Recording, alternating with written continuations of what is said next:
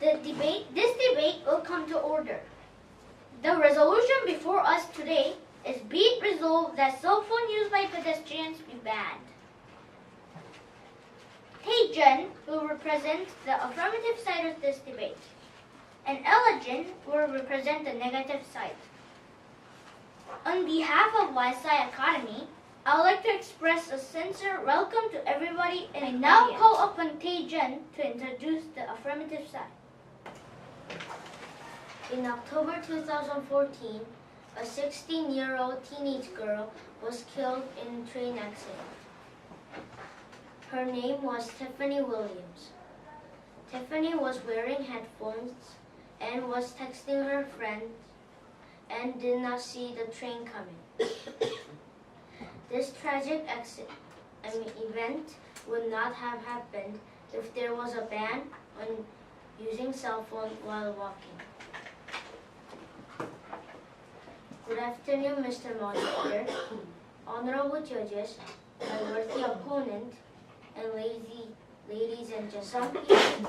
Although some people think that distracted walking law is unnecessary and that educating people about the hazards of using cell phones while walking will greatly reduce the number of accidents involving pedestrians, they're wrong. I strongly believe that until a law is passed that bans cell phone use by pedestrians and until the cell phone of the lawbreakers are actually taken away, people will continue to use their cell phones in the streets, and the accident numbers, injuries, and deaths will keep rising. Before closing, Mr. Moderator, I would like to repeat my points. First, I argued that there have been too many distracted walking injuries and deaths, and the number keeps rising. And second, I explained that only thing that will force people to stop using their cell phone is walking is a law which, if broken, could result in their phones being taken away. In 2013, a study at Ohio State University found that 1,506 distracted walking injuries were recorded in U.S. emergency rooms in 2010, up from 256 from 2005.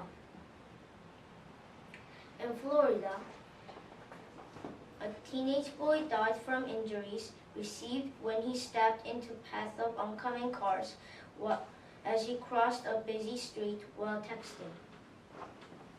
Another 23-year-old man was hit by a car while walking down the middle of the road and talking on the phone.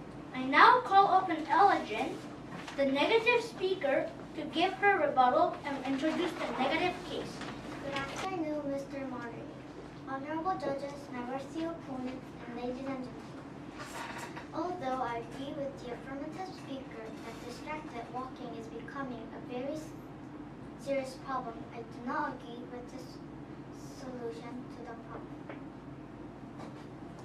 Representing the negative side of this debate, I will argue that cell phone use by pedestrians should not be banned. But before I continue with the details of the negative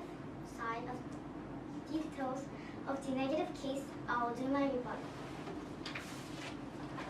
First, my opponent said there have been too many injuries and deaths of pedestrians.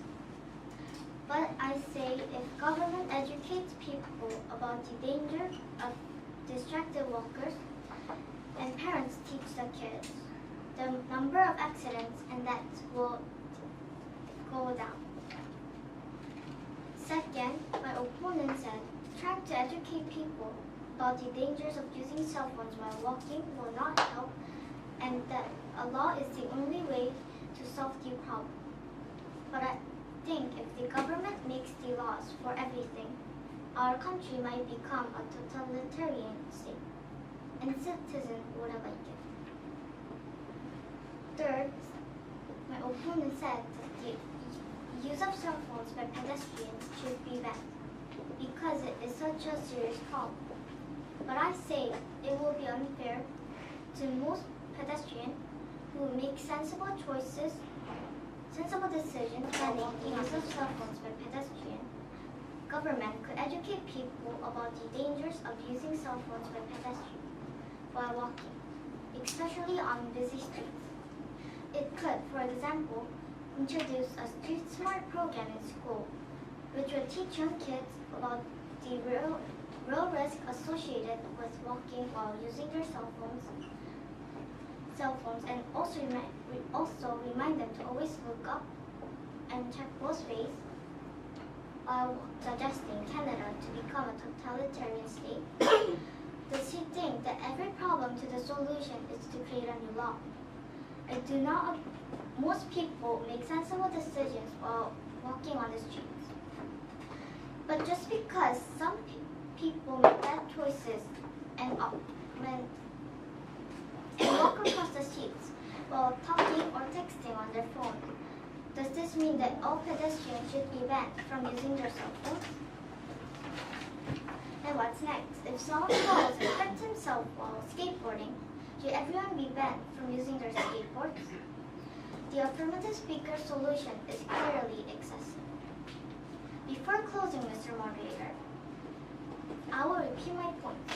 In this debate, I argued that cell phone use by pedestrians should not be banned because there are much better solutions, because enforcing such a ban will be too expensive, and because a ban of cell phone by pedestrian is excessive. Indeed, cell phone use by pedestrian Debate is now ended. Thank you, judges, debaters, and audience for your participations.